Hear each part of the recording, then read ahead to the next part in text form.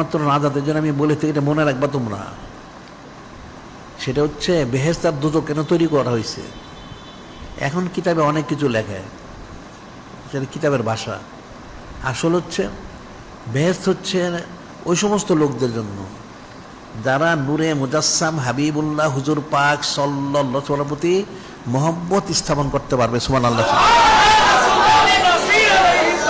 তারা অবশ্যই তারা জান্নাতি হবে। সুবহানাল্লাহ।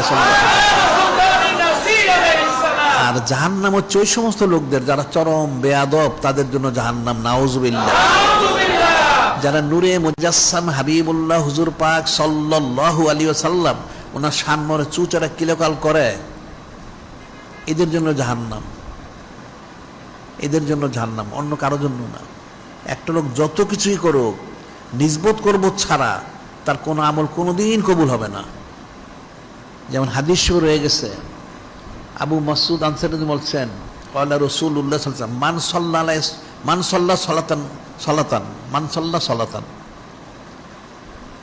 যে নামাজ পড়লো, ওয়ালিম সাল্লা আলাইয়া ওয়ালা আহলে বাইতি লাম তুকবাল মিনহু মান সাল্লা সালাতান। কেউ নামাজ পড়লো, নামাজটা একটা বড় ইবাদত, কালেমা শরীফের পরেই নামাজ।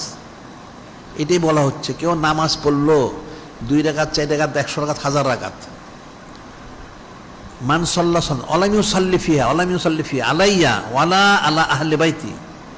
নূরে মুজাসসাম হাবিবুল্লাহ হুজুর পাক সাল্লাল্লাহু আলাইহি ওয়াসাল্লাম ইরশাদ করেন, এই নামাজের মধ্যে সে আমার প্রতি, আমার আহলে বাইতের প্রতি সে সালাত পাঠ করলো না,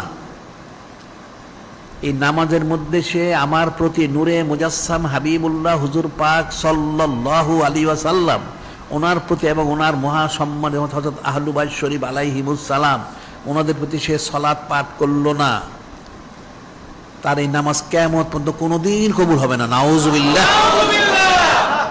তাহলে বিষয়টা কেমন হইল এখন? তাহলে আমলটা কোথায়? হাকিকত হচ্ছে নূরে মুজাসসাম হাবিবুল্লাহ হুজুর পাক সাল্লাল্লাহু আলাইহি ওয়াসাল্লামের জন্য খুশি খবর প্রকাশ করা, এটার সবচেয়ে মূল আমল। এই আমল যদি ঠিক মতো করতে পারে, তাহলে তার সমস্ত ইবাদত বন্দেগী, নামাজ কালাম সব কবুল হবে। সুবহানাল্লাহ।